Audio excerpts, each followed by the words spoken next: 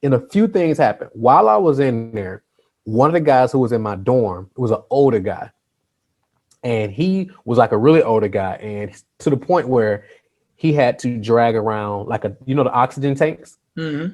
He like had to drag around an oxygen tank around the dorm, like hooked up to an oxygen tank. Right. And I was like, man, is this like God's way of like showing me like what my future looks like?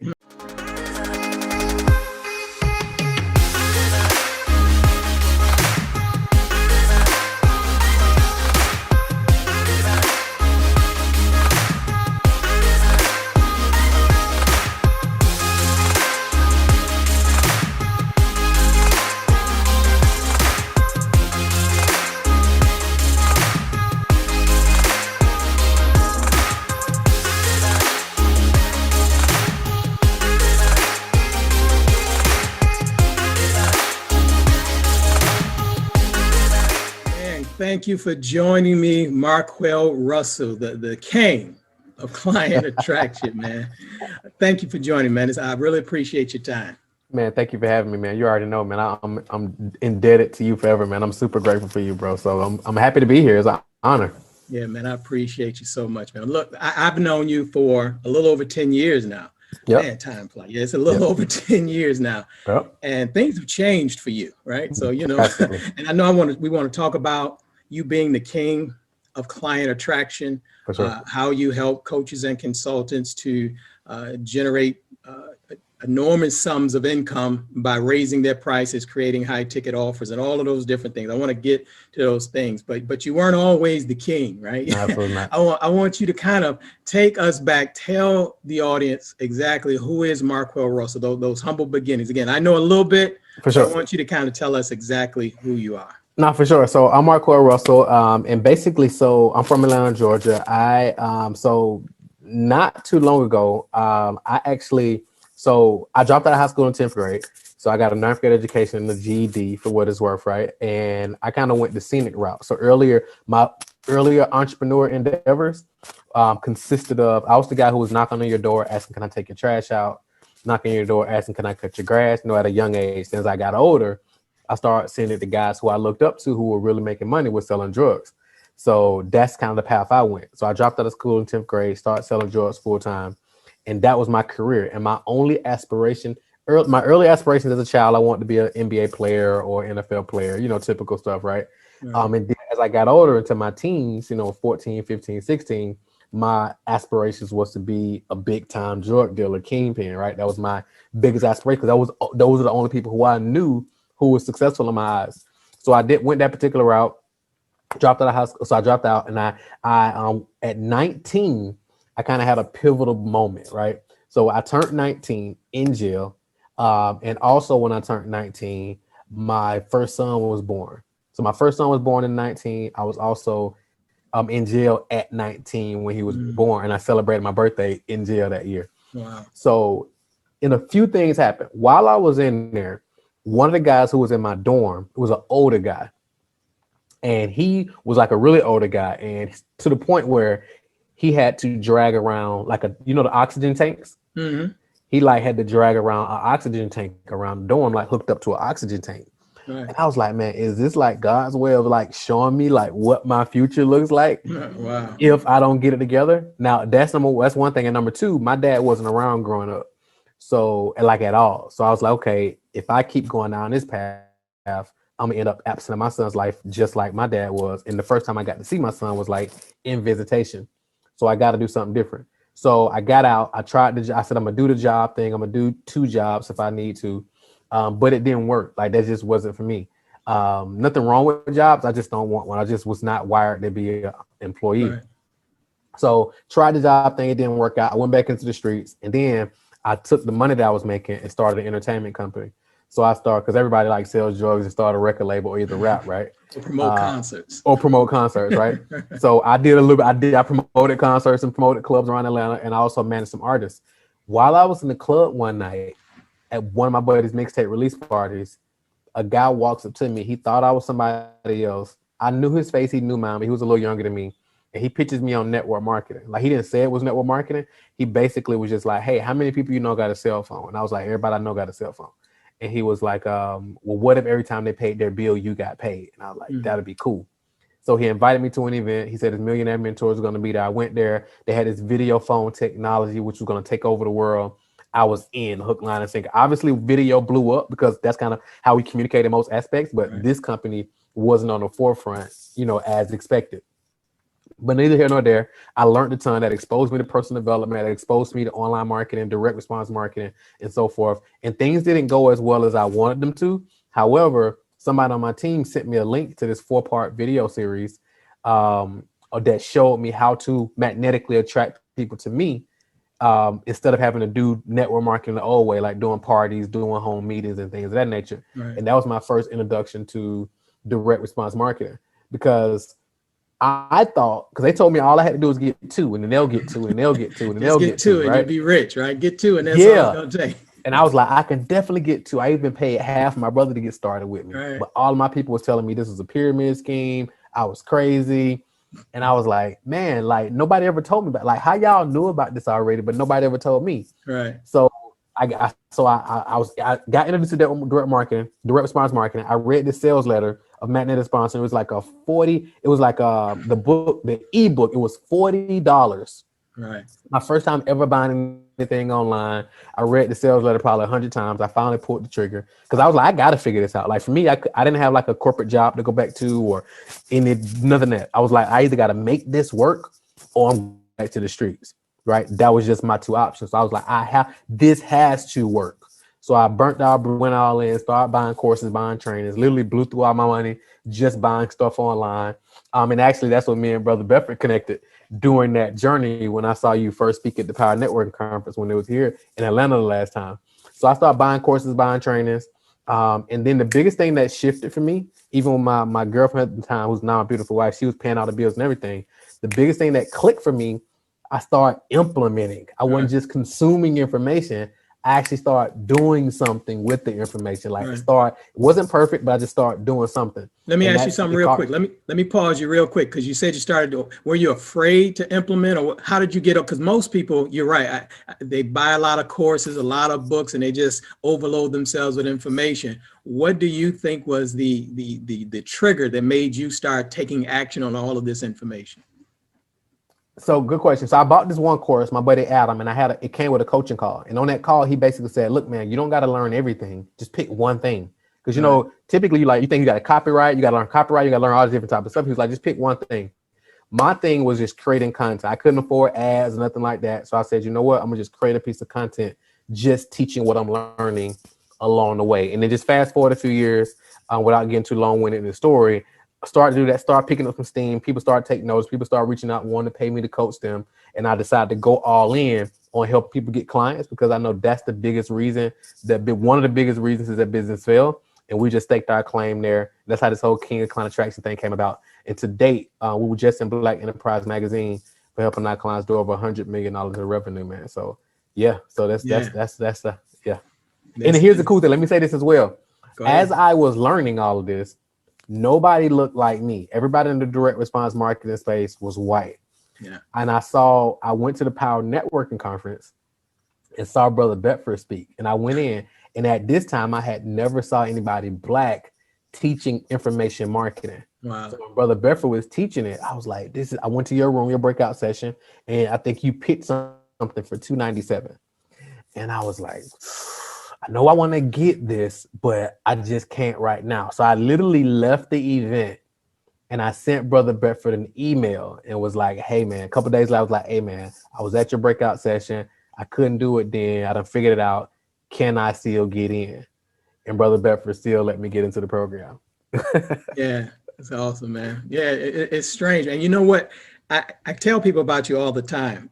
And one of the things that I say is that it's interesting because after we got together, you would implement everything, right? And so you really put the onus on me. It was like, if this stuff I'm gonna do everything this brother say, and if it don't work, it's his fault. It's not my fault. So I was always excited, and I brag about how you took what it is that you were learning and then just implemented it right away. I mean, you would send me links, look at the landing page, you would look at my landing page and all of that. And it was just a beautiful experience because it taught me a lot as well about how you should model and just put into action what it is that you're learning. So that's why I'm a big fan of yours, because you do not hesitate to take action and implement what it is that you're learning.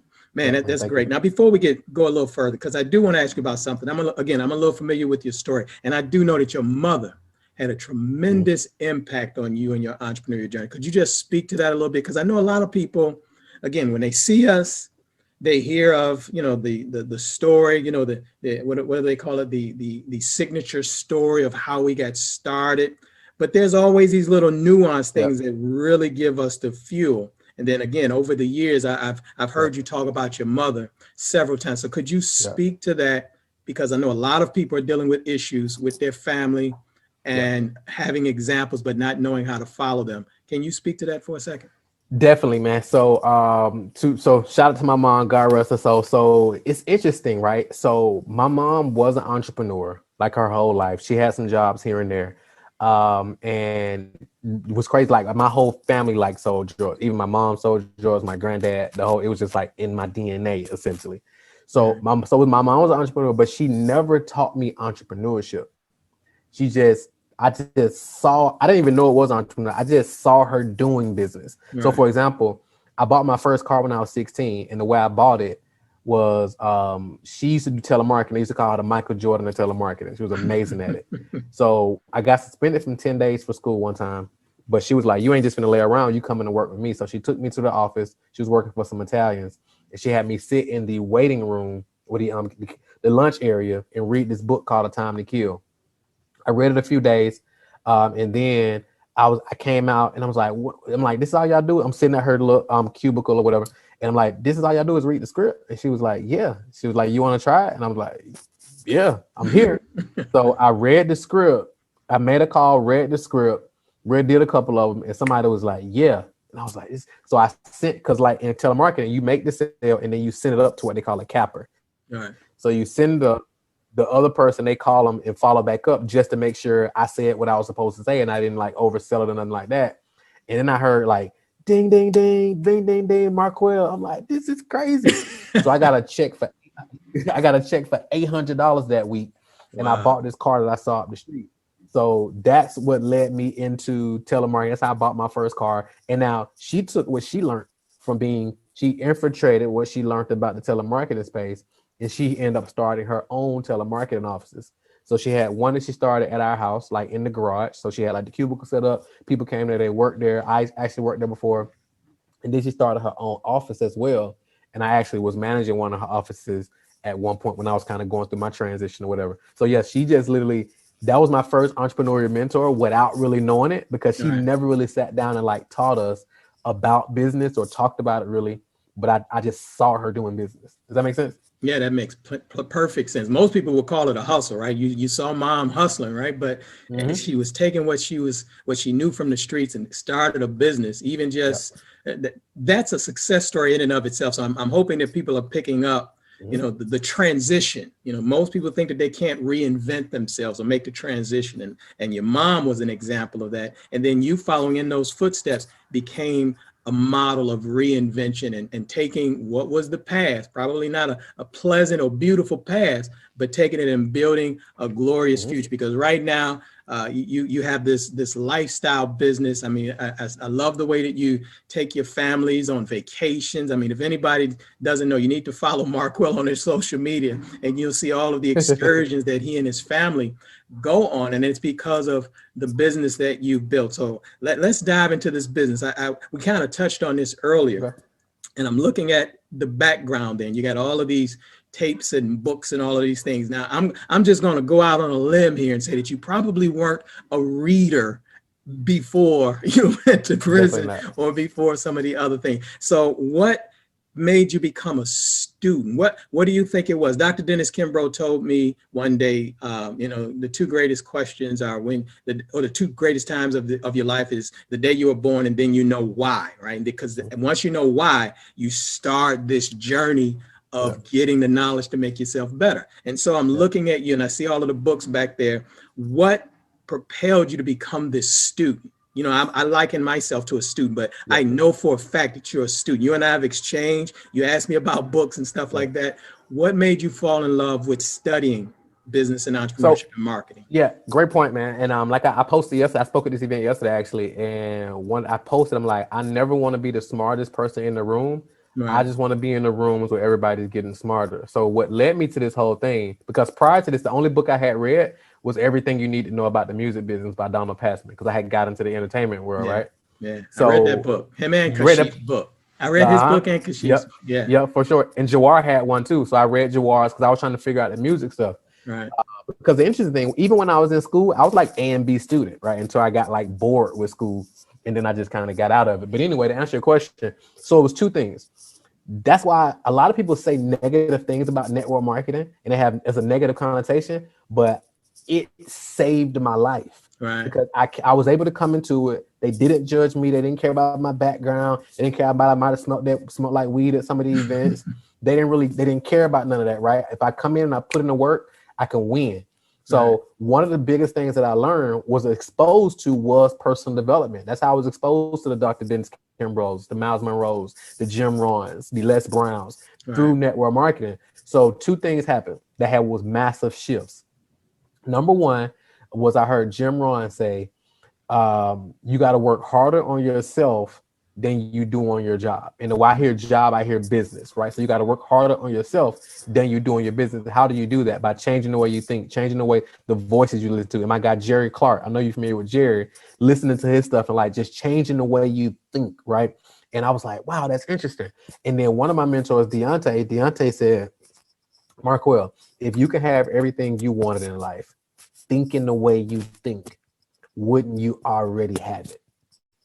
And I was like, that makes perfect sense. And the biggest thing I was fascinated with was like, I live in Atlanta, right? It's a lot of wealthy people live in Atlanta. It's also a lot of poor people live in Atlanta as well. So it's like, how do you live in this city? And in one area is poverty stricken. And if you drive 5 or 10 minutes up the street, big houses, wealthy people, all that good. Like, how does that happen? And the biggest thing I discovered is like, they just think differently. Right? That's the only difference. Like no matter where you came from, your background, your parents went around, none of that. They just think differently. So if you want to get better things, you got to think differently, right? So I was like, I became obsessed with personal development and growing and like, how do I continue to get better? How I make this next 2mm shift? And then the craziest thing is I tell my kids like books are the cheat code. Like you can spend $20 on a book and you can get 30, 40 years of wisdom in a book. Yeah. Right. I just finished Bob Iger's book, the guy who the former CEO of Disney. Right. Like the man book is like $17.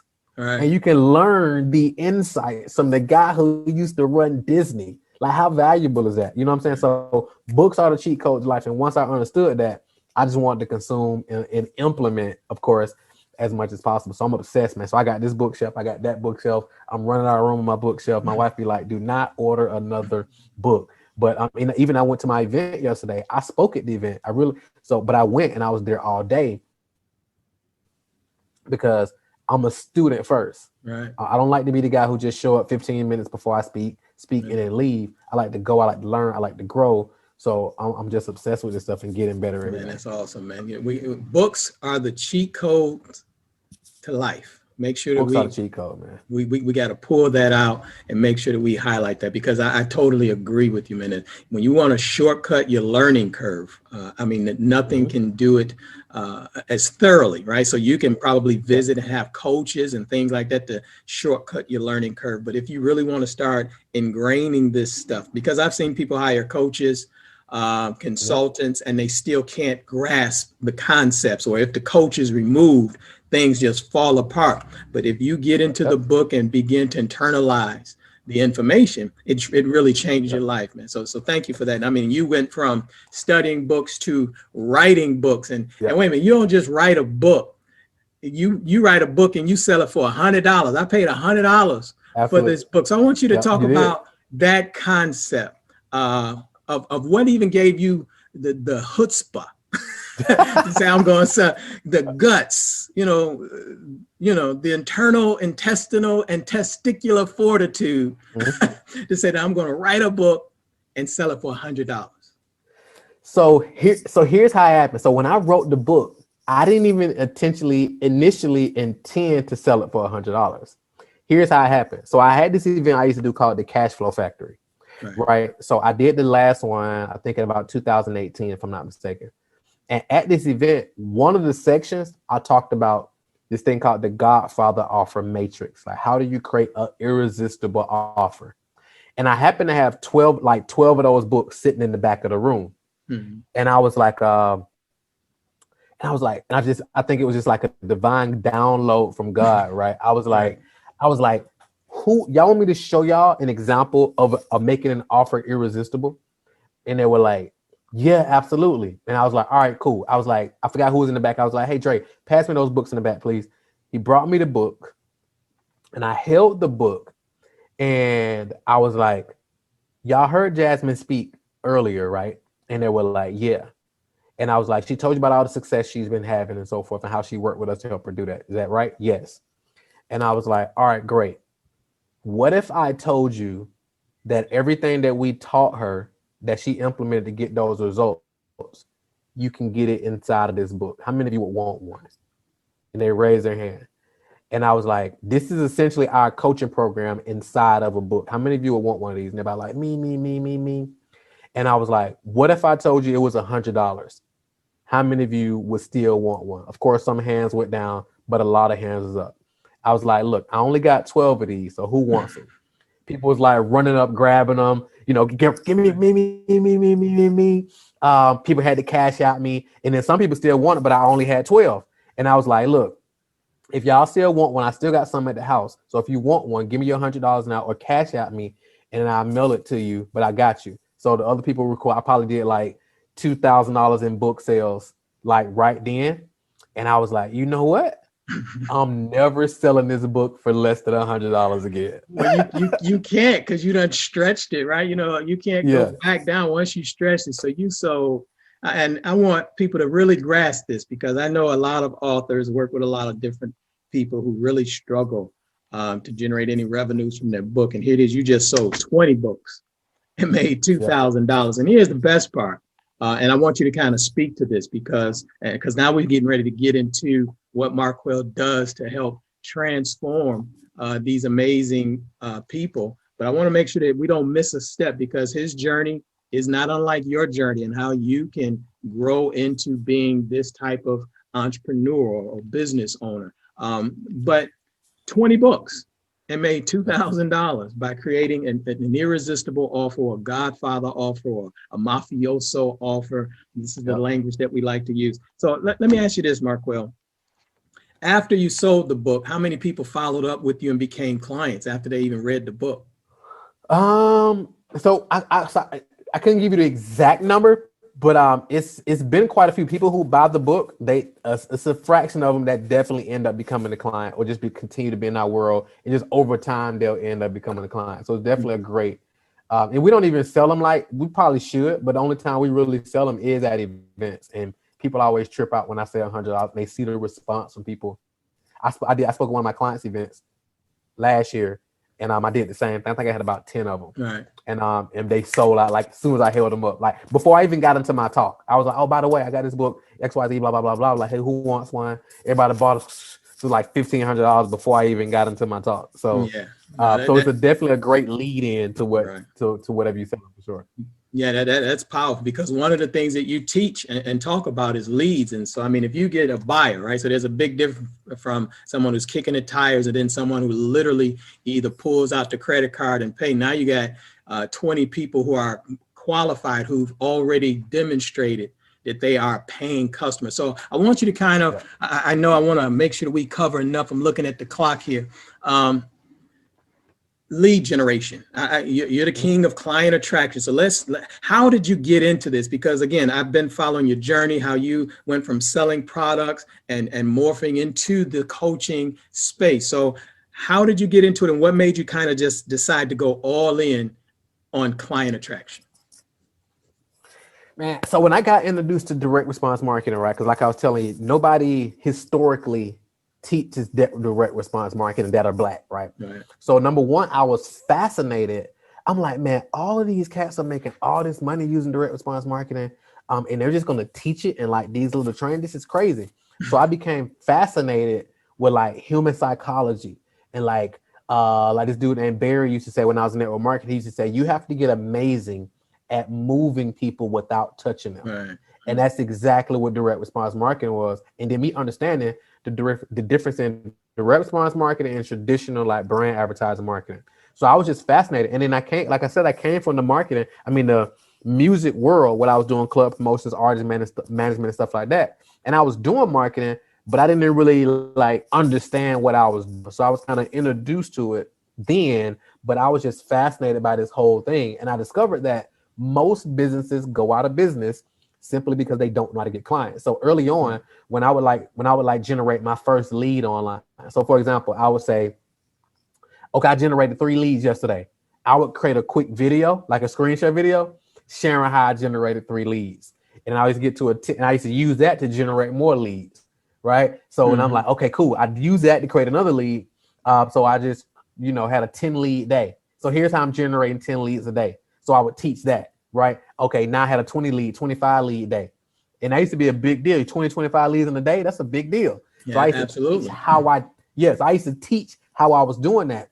And as I was teaching it, more people started reaching out to me, asking me like, can I teach them? Right. And then people wanted to pay me for coaching. Then I got introduced to like information marketing. Like I can package my knowledge about lead generation and people would pay me for it. Like that is crazy. Right. And then then it was coaching. It was like people would pay. I'm like, what do you mean coach you? Like this is crazy. Like people will pay me to teach them what I'm learning. That is insane. Then people started implementing what I was teaching them and they started getting results. I was like, this is crazy. So I just fell in love with it, man. Man, that's awesome, man. It's such a beautiful story, man. And again, just to watch you over the years to do that. Now, so I know you started doing events, right? So I came to one of your earlier events once you you kept fine tuning this thing and then you turned it into an event and you were still kind of dealing broadly with just small businesses and service providers. And matter of fact, I think that may have even been in the copy. I'm not quite sure, but I know you and I had a conversation shortly after that. And you talked about, do you think the messaging is kind of, does it fit everybody? And then I just simply asked, well, who are you attracting more? You said, I'm mainly coaches, right? So I said, I would dive all in with the coach. So tell me, how did you really just say, you know what, I'm just going to embrace coaching or providing this type of training and guidance to coaches and consultants? Because there's a big shift that happened there, right? Because now I want to get to these high ticket prices. So this shift, how did you embrace that? So basically, I figured out like one of the things I teach and I always talk about is like figuring out who's your easy win client, right? So when we work with clients, we know it's not cheap to work with us, but my biggest thing I want to know is like, when you pay us, how quickly can we get you an ROI?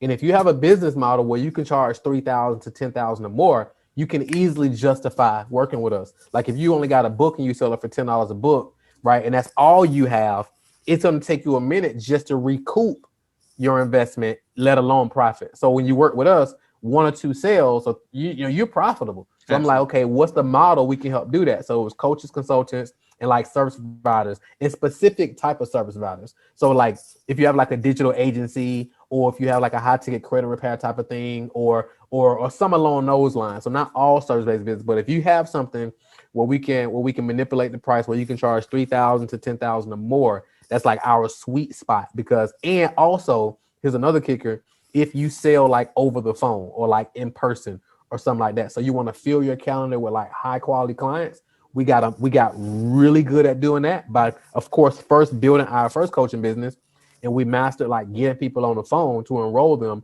So now we just started teaching that client attraction process like over and over and over again, and we just refined it and got better and better and better at it. So like, who is this best for? Who was like this system best for? And it was like, okay, this market or this or who would be perfect for. All right. So you used the term, and again, just to kind of clarify, high ticket. I know you said between $3,000 to $10,000. So low ticket, we kind of consider that to be anywhere between 0 to what? What in low ticket for you is what? So we'll say, so here's an interesting thing. I'll explain it. So low ticket will be anywhere from like, of course, 0 to maybe like anything 2,000 or less, because you can sell that typically without a conversation. If you're selling something from 3,000 to 10,000, you're typically going to have a conversation with somebody to sell that, right? If you want the conversions where you want it. And here's the crazy thing, 3,000 to 10,000 is more like premium pricing. High ticket is going to be more like 10,000 and more. So $10,000, $25,000, $50,000 or more. Right. No, that's a great point, because I've seen a lot of people who literally want to do coaching, and they probably have heard from a coach that developed like a $4,000 or $5,000 program, and then they just want to automate this stuff. Yeah. And they think that they're just going to close $4,000, $5,000 deals with just a funnel. Yeah. And nothing could be further from the truth. And so I'm 100%. glad that you highlighted that, because that is a big thing that's going on in our industry. Now, you've done this how many years now with the high ticket? I know what this last 4 years, it's amazing, because your growth, the way that it exploded, that's really what I want to kind of touch on. You go from developing programs, coaching, getting people, and then, like you just said, over the last couple of years, this hasn't been a long time. Remember, I met Marquel around 10 years ago. So all of this has happened within the last 10 years, but the bulk of this part of helping your clients to generate over $100 million and being featured in Black Enterprise, that happened over the last few years. So what would you say is the key to that type of growth in such a short period of time? So I would say a couple things. So I would say number one is singular focus, right? I posted this yesterday as well. Like, a lot of people get so caught up in creating multiple streams of income that they don't get one going. Right. So I think number one is like, we got singular focus. We blocked out all the other stuff. I used to be on a different webinar every night, learning something new, trying to learn the latest thing. I just got singular focus. I was like, look, it's just like the story. You saw the movie Remember the Titans before, right? Yeah. You remember when Denzel was walking to the bus that time, and the white coaches that was standing right there, and he gave him the playbook before he got on the bus, and the coaches was like, this is a thin playbook. And it was like, yeah, we run 6 plays over and over and over again, and they work. So it was just me narrowing it down, getting our handful of plays, and just getting focused over and over, just getting focused on just like a sniper. And that's it, blocking everything else out. All these other models work, yes, but we're only doing this. So that's number one. Number two, I would say investing, man. Investing in coaches. Like, I tell people all the time, coaches do not cost money, right? Especially if you're an executor. Like, I'm always investing. Like, okay, we're here now. How do we get here? All right, we're at 6. How do we get to 7? Who do we need to pay? All right, we're at 7. We want to get to 8. Who do we need to pay? Like, it's foolish to try to figure out on your own, right? So I'm like, okay, who do we pay now? Who do we pay now? Who do we pay now, right? Dan Sullivan even got this book called Who Not How. Not how do I get this done, but who do I pay to get this done? So just having that shift. And I would say number 3 is team. So like over the past, so last year we had a team of like 3. We have a team of like 16 now. So 16, 17 or something like that. So focusing on team. So now I can do stuff like this. I don't got to be in the weeds. I can do stuff like this. I can focus on strategy, looking at doing the necessary CEO level stuff, because people got to understand, being an entrepreneur and then being a CEO and business owner is like 2 completely different things. So like making that shift, right, and then focusing on team. So team, singular focus, and then investing in coaches and consultants to accelerate the process. Those have been huge. Right, man. That's awesome stuff, man. Paid ads. I know you're a big proponent of paid ads, because a lot of people think that they can do this, build that type of business, generate those type of leads for free. You've made the shift, and I've seen you. I mean, your ads, I can't even pick up my phone. And I can't even go to my videos without a Marquel Russell ad coming up. It's like, man, I see your ads everywhere. So let's talk about paid ads and really why it's so important for entrepreneurs and business owners to start thinking about paid advertising versus free advertising. I'll say here's 2 things. So number 1, you can't really scale free advertising. So you can create content, but you can only create so much content. Like, because you're a human being, right? However, now nothing wrong with free content, because we still do a ton of free content, but you can only do so many live streams. You can only do so many Clubhouse rooms. You can only upload so many videos. You can only do so much of that. You can only post to Instagram so many times. But when you do paid advertising, you can do it at scale. You can get unlimited amount of leads every single day at scale, which is really, really powerful. And you can literally cover the internet. Now, if you're also creating free content with paid ads, now you got the hybrid. Now you really put steroids on that thing. And a shift that I had, one of guys I studied, he basically said, you really don't have a business if you can't get customers profitably. If you can't invest to get new customers and do that over and over again profitably, you really don't have a business. And I was like, that's very interesting. And I found that to be 100% true. It's like a now, can you grow a business and have a successful business just doing organic stuff? Of course. I see a lot of people that do it. However, is it sustainable? No, because you don't really have control, because we used to do a lot of SEO stuff. And if you don't know what SEO is, you could like rank your videos on Google, and you can rank your videos on YouTube or your blog posts or your articles. However, if Google come through and do an update, they'll wipe all your stuff out. Yeah, now you went from 100 leads a day organically to no leads, because all your stuff moved from the first page to the second page or no page at all. Yeah, which is constantly happening. I mean, everybody should be familiar now with the algorithms, right? The algorithms of Facebook and all of these are constantly changing. So if you're just putting out pieces of free content and think that that's going to be the end all be all, and that's the business, then you're going to be in a world of trouble, because all of these platforms, if you notice, they started off as networking platform. It used to be social networks. Now it's social media, right? Because they thrive and they grow off of paid advertising. And so the algorithms are set to kind of force you into buying. And if you don't, those who do buy the ads are going to eat your lunch. And so 100%. Yeah, you made a very valuable point about making that shift. So just tell me, what would you say to someone who's afraid of purchasing ads on Facebook or Instagram or YouTube? So I would say a lot of times people look at it as gambling, right? Versus looking at it as an investor. Right. So some people say, okay, well, I'm gonna go to gamble. It's like going to Vegas. It's a good chance that I'm gonna lose. But when you're investing, especially when you got a premium price offer, you really can't lose money, because when you got a premium price offer, the person who can invest the most to get a client is going to eat the other person's lunch anyway. So look at it as an investor. So when you're running ads, you're investing in assets, just like if you was going to buy a piece of real estate. But you don't got to invest as much or have as much money tied up. So I'm gonna give you an example. It's a few different assets that you're investing in as an advertiser. Number one, you're investing in data. Like, there's nothing more powerful than data, especially right now. That's how a lot of these platforms are built, based on data. So you're investing in data. That's number one. Number two, you're investing in audience. Like, audience, again, is one of your biggest assets, whether people are becoming leads or becoming viewers or becoming followers on your Instagram or your whatever platform. You're investing in that. Number three, you're investing in an email list, right? And that, again, like, most people just look at what they make now or what they don't make now, but they don't think about, like, what am I going to make 30 days, 60 days, 90 days, a year from now, 2 years from now, 5 years from now, right? We got people who become clients now who've been just plugged into our ecosystem the past 3 years, 4 years, 5 years. You know what I'm saying? Because we built those assets early on. And then, of course, now you're also investing into clients. So again, how much is this client or this customer worth to you now?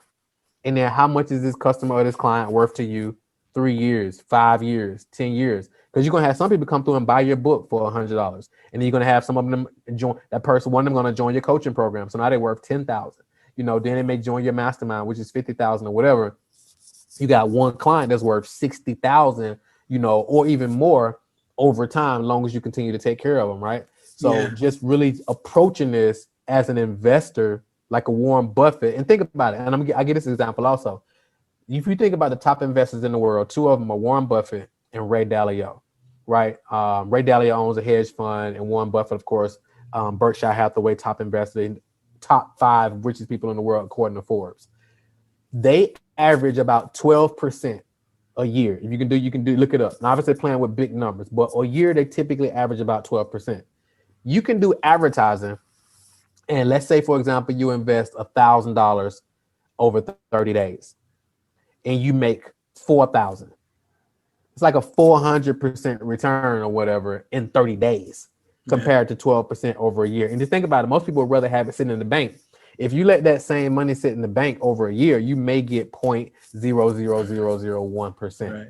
You put that into advertising, and even if you put $1 in and you made $1.50, or you put $1 in and you made $2, you can't go put that money nowhere else and get that type of ROI. You can't go do Bitcoin or none of these coins. You can't go put it into real estate. You can't do none of that. And I'm not saying any of those things aren't viable, but in terms of that type of ROI and also having control, because in the stock market, the economy, stuff like that, you don't have any control if the real estate market drops. You don't have any control. You don't have any control of the stock market tripping out or crypto going away. You don't have any control, but what you do have control of the skill set of knowing how to advertise And even some people say, well, what if this platform gets shut down? Okay, cool. You have the skill set, so you can take that skill set onto any platform that allows paid advertising and just do it over and over and over again. Man, and it speaks back to what you were talking about earlier. A term that's in our direct response marketing field is the LTV, the long-term value of a customer. And Yep. you'd be surprised how many people don't know that or understand. And just what you talked about, kind of, if you can wrap your mind around it, it's easy to justify spending the money to get a customer, because if a customer is worth $50,000 to you over their lifetime, all you need is X amount of customers. So now you just start doing some math. If I had 10 of them, that's $500,000, right? That's in your database, as you mentioned, in your database that you can reach out to. Now you got a playbook specifically talking about ads. Where can they get that? Because I know you're talking about it and they're probably salivating, saying, how can I learn how to do ads like that? What do they need to go to learn how to do ads like that? For sure. So, and you can get it for free. So if you go to, so I'm going to give you a couple steps. So if you go to paidadplaybook.com, so that's PAID playbook.com. You go there, you not only are you going to get the full playbook where you can literally print it out, go through it the whole 9 yards, or download to your computer. It also comes with some bonus videos as well that helps you implement and go more in depth. So if you go to paidadplaybook.com, now I will say this, you will see, because of course we have a company and all that good stuff, Client Attraction University, you're going to see a button somewhere on there. If you click on that button to say apply to join Client Attraction University, if you decide to, you don't have to, you can take this stuff and go implement on your own and be fine. But if you decide to invest or explore working with us, because we only take on people who we're 120% confident we can help. So we turn most people down. But if you do decide to explore of us helping you, when you apply, it's going to say who referred you. Just put Brother Bedford, and then we'll give you a scholarship as well. So you will save some money right at the top from becoming a part of our community. So just put Brother Bedford, that'll qualify you for a special scholarship so you can come on board. So that's paidadplaybook.com, and you can go get access to all that for free. Oh, great, man. And all that information is going to be below on the page somewhere here, so make sure that you follow that. Now, let me ask you a couple more questions. I know we're getting close to the top of the hour. So let me ask you this, Marquel. How easy is it because I know someone is thinking, and we're talking about this high ticket, how easy is it for someone to create a higher ticket product or service that could help them in their business? Because I tell a lot of people, you're just one shift away from doing something like this. Even if you have a different core business, to add this type of product or service to your business actually explodes the core business. So how easy is it to create a product or service like this that's considered high ticket? It's very simple. So the reason I won't say it's easy, because the hardest thing is like people getting around it mentally. Right. It's like, because a lot of people are still stuck in like the time based economy. So they feel like, well, it doesn't take me that long to do that, so I can't charge that. But we now live in a results based economy, right? So it's like, people aren't paying you based on your time. They're paying you based on the result and the outcome you're helping them create. So first thing you got to do is wrap your head around that. Now, in terms of like creating it, it just boils down to like taking whatever you do, whether you're doing real estate, whether you're doing coaching, consulting, agency, or whatever, and you understanding the value of what you provide, and asking yourself, if somebody buys this, what is it worth to them 30 years from now? And you understanding the real transformation and the real value of what you provide. And then you basically systemizing, because you're doing something for 3,000, 10,000, 15,000, and so forth. This doesn't mean you got to be doing one-on-one. This can still be very leveraged, very group, very systemized on the fulfillment side if you do it right. So it really boils down to you breaking down and you unpacking your intellectual property, and then you breaking down. So, okay, okay, cool. So I did step number 1, step number 2, step number 3, step number 4, and you breaking down your 6 to 8 step process. And then now when people come through, you taking them through that process, whether it's you doing the fulfillment or somebody on your team. So that's essentially what it is, just you wrapping your head around the idea that you are worthy and you deserve to get paid premium prices, and you can do this, and then understanding the transformation you provide, and then breaking down your process like step by step by step. Man, this is good stuff, man. So again, you all need to go over to Paid Ads Playbook. Is there an S on ads? No, just add, singular. Paidadplaybook.com, paidadplaybook.com, and let Marquel help you with growing your business too. Again, all you got to do is look him up, go there, make sure you follow him. Any other websites or anything else you want them to do? What about the book here? Can they get the book, or what do they have to do? So we got to we're working on getting a paid set up, because like I said, we only sell it at events, but we'll have it set up soon. Okay. And so you better plug into any of our communities. But if you go to paythatplaybook.com, that'll get you a part of our community. And also, if you're on Instagram, go to Instagram, Marquel Russell, MarquelRussell. Connect with me there and then shoot me a DM. Let me know you was on here. Or if you're on Facebook, whatever your favorite platform is, I'm Marquel Russell on all platforms. Yeah, man, that's awesome. Thank you so much for your time, Marco. I just want to ask you one final thing before we get ready to close out, because most times a lot of people come and they're budding entrepreneurs. They're not seasoned entrepreneurs. They're not ready to go to that step of creating a high ticket program, because again, they're just starting or they're trying to leave a job or reinvent themselves, like you and I talked about at the beginning. What would be your advice for a starting, budding entrepreneur, someone who's ready, because it's rough out here in these streets. People have lost their jobs, even if they've had a business and it's closed down. What advice would you give that budding entrepreneur, someone who's trying to reinvent themselves moving forward? I would say, I believe that everything like rises and falls on vision, right? I think vision is like so critical, and enough people don't talk about it because the vision typically is what gets you through the tough times, right? So I think first and foremost, take some time to yourself, tune out social media or whatever, and like get clear on like what's your vision, and literally like put it on paper, right? Or type. Ideally write it. You can put it like on a Google Doc or something like that, but like write it. Take some time and like write it down, and even like get some visuals so you can get it in front of you. Crazy thing, I got a vision board over here to the other side. It's from like probably like 8 years ago. Pretty much everything on the vision board. Like I had a private jet on there. I don't own a jet, but I've been on a jet. Right, it's a yacht on there. I don't own a yacht. I don't even want to own a yacht or a jet, by the way, anymore. I just want to have access to one because it doesn't really do me any justice unless I'm in it or I'm renting it. That's a long story. But I got like a picture of like a big crowds and a microphone, which signifies me speaking in front of big crowds. Now I've been able to speak in front of big crowds. Like literally everything on the vision board has came to pass. So it's not like no woo-woo type of stuff. So create a vision board. Whether that's digital, I got a digital one now. So just creating and getting crystal clear on that vision and like seeing it every day. So that's number one, getting clear on your vision for you, not what social media tells you that you got to have, not what your family tells you that you got to have or limit yourself to, because anything is possible that you decide you want. So that's number one. Number two, seek someone out who's accomplished that, right? Not just talk about it or not just look like it online, but they've literally accomplished somewhat of what you want, not only for themselves, but they've also helped other people do it. Because for me, when I see people flossing online and showing their awards off and all this type of stuff, that just shows me, yeah, they've made money, right?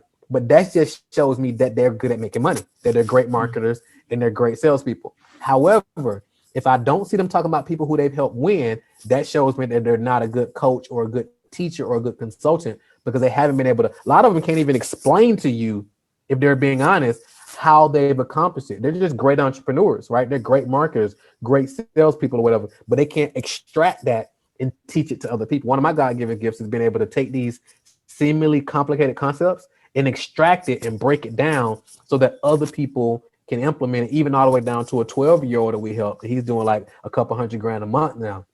He's 14 now. So just being able to teach that to other people. So find somebody who's actually accomplished what you want to accomplish, right? And help other people do it. And then find out how you can work with them, right? So let's say, for example, you say, Marquel, look, I just don't got it. There's no way to figure it out. And let's just say you can't. No way, shape, form, or fashion that you can invest into one of their coaching programs or the courses or whatever. Start just plugging into their material, because they're probably creating like YouTube videos or stuff like that. Just start plugging into it and like block all the other stuff out, because what'll happen is you got 10, 15 different gurus telling you conflicting stuff and you get stuck. And that's kind of what happens to a lot of people, even me. Find somebody to plug into, right? Plug into them who has similar values and things of that nature. Plug into them and begin to implement. And then now you start getting some forward momentum, making you some money. Now you take that, you reinvest, and before you know it, now you can invest into the other thing to get more access to help you accelerate the whole process. So that's the 3 steps I would give. Man, this has been great, man. Thank you so much for being as giving. This is great. I mean, I could talk to you probably for a couple more hours. I mean, we just scratched the surface. Absolutely. I mean, you even just said something there, and I was like, man, I should ask him this question, but I know we're at the top of the hour. So again, Marquel will be back. We'll probably do a part 2. We'll do a part 2, a part 3, because a lot of what he said is just pregnant with other information. So with that said, again, brother, thank you so much for being as giving as you are. You know, I love you, man. I love you, what bro. you've done, man. Really appreciate you. And of course, I look forward to talking to you soon. So again, all you need to do to connect with Marquel is go to the link. I'm sure it's going to be on this page somewhere, but if it's not on this page, just go to paidadplaybook.com. It's free. There's free video training for you. Please go and take full advantage of this, and you'll begin the process of making these paradigm shifts that would help you. All right. So again, thank you all for tuning in, Brother Marquel. Thank you again so much, dear brother. I really appreciate you. Thank you for having me, bro. All right. Talk soon, dear brother. All right. Take care.